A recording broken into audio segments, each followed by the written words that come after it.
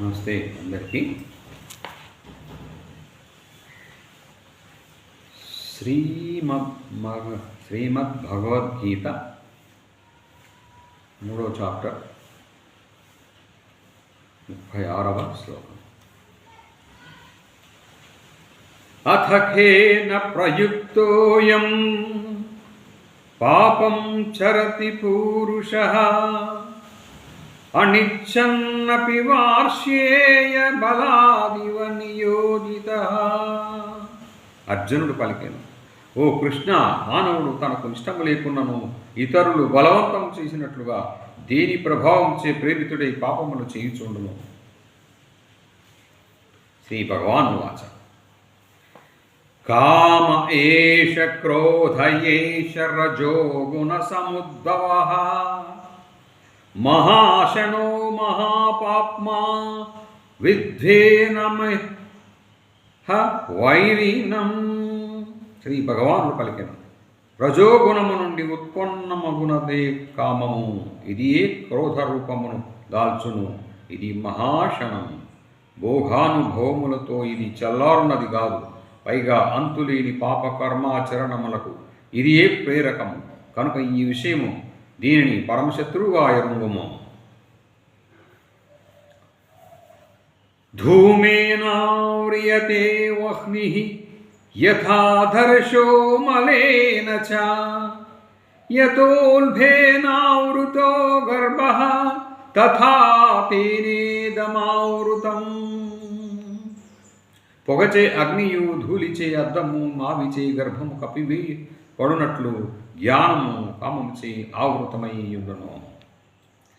ఆవృతం జ్ఞానమేతేన జ్ఞానినో నిత్యవైరిణా కామరూపేణ కౌంతేయ దుష్కూరేణాలేన చ. ఓ అర్జున, కామము అగ్నితో సమానమైనది, అగ్ని వంటిది. అది ఎన్నటికి చల్లారదు. జ్ఞానులకు అది నిత్య వైరి. అది మనుష్యుని జ్ఞానమును కప్పివేయుచుండును. ఇంద్రియాణి మనోబుద్ధి అస్యాధిష్టానముచ్యతే ఏతైర్విమోహయత్యేష జ్ఞానమావృత్య దేహినం. ఇంద్రియములు, మనస్సు, బుద్ధి కామమునకు నివాస స్థానములు. ఈ కామము మనోబుద్ధీంద్రియముల ద్వారా జ్ఞానము కప్పివేసి జీవాత్మను మోహితునిగా చేయును. తస్మాత్ త్వమింద్రియాణ్యాదౌ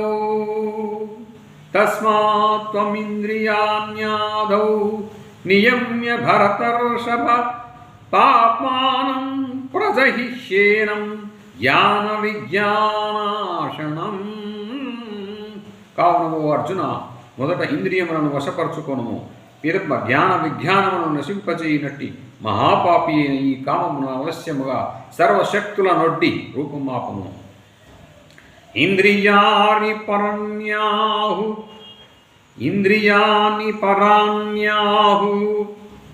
ఇంద్రియేభ్యః పరం మనః. ఇంద్రియేభ్యః పరం మనః మనసస్తు పరా బుద్ధిః యో బుద్ధేః పరతస్తు సహా. స్థూల శరీరము కంటెను ఇంద్రియములు బలీయములు, సూక్ష్మములు శ్రేష్టములు అని పేర్కొందురు. ఇంద్రియముల కంటెను మనస్సు, దానికంటెను బుద్ధి శ్రేష్టమైనది. ఆ బుద్ధి కంటెను అత్యంత శ్రేష్టమైనది సూక్ష్మమైనది ఆత్మ.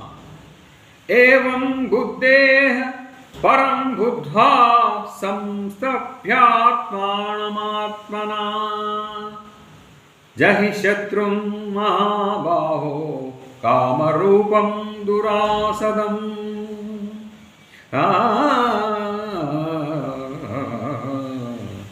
ఈ విధముగా బుద్ధి కంటెను ఆత్మపరమైనదని, అనగా సూక్ష్మము, బలీయము, మిక్కిలి శ్రేష్టమైనదని తెలుసుకొని, ఓ మహాబాహు, బుద్ధి ద్వారా మనస్సును వశపరచుకొని దుర్జయ శత్రువైన కామమును నిర్మూలింపుము. ఓం తత్సత్. ఇది శ్రీమద్భగవద్గీత సూపనిషత్సు బ్రహ్మ విద్యాయాం యోగశాస్త్రే శ్రీకృష్ణార్జున సంవాదే కర్మయోగానం తృతీయోధ్యాయ. 3వ చాప్టర్ అయిపోయిందండి. నెక్స్ట్ మనం 4వ చాప్టర్లో కలుసుకుందాం. Thank you. మీరందరూ